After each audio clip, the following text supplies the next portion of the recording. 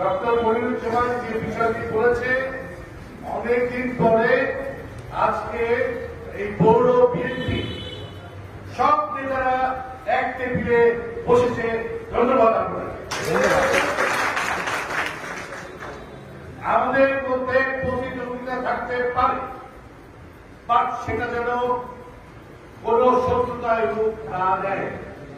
আমি এবং আমার এই ছোট ভাইরা একসাথে আপ্রাণ চেষ্টা করব এই দলকে সর্ব পর্যায়ে ঐক্যবদ্ধ করা।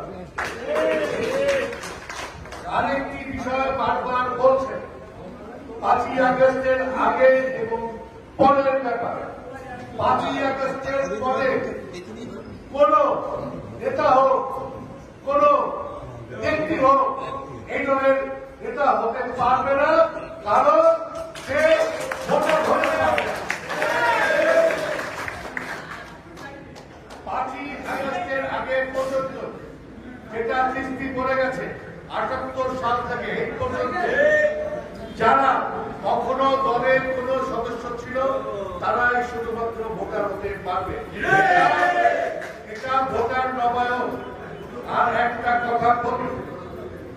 কথা বলি, আওয়ামী লীগ তো দূরের কথা, আওয়ামী লীগের আমাদের কাছে আসতে পারে।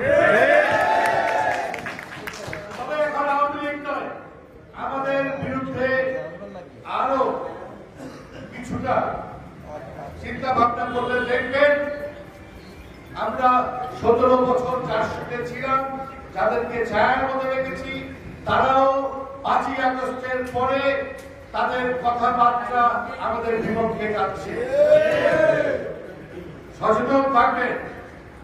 ছাত্র ভাইয়েরা এই বৈষম্য বিরোধী তারা আন্দোলন করেছে, ঠিকই নেতৃত্ব দিয়েছে, কিন্তু আমাদের আন্দোলন শুরু হয়েছিল 2008 সাল থেকে 15 বছর।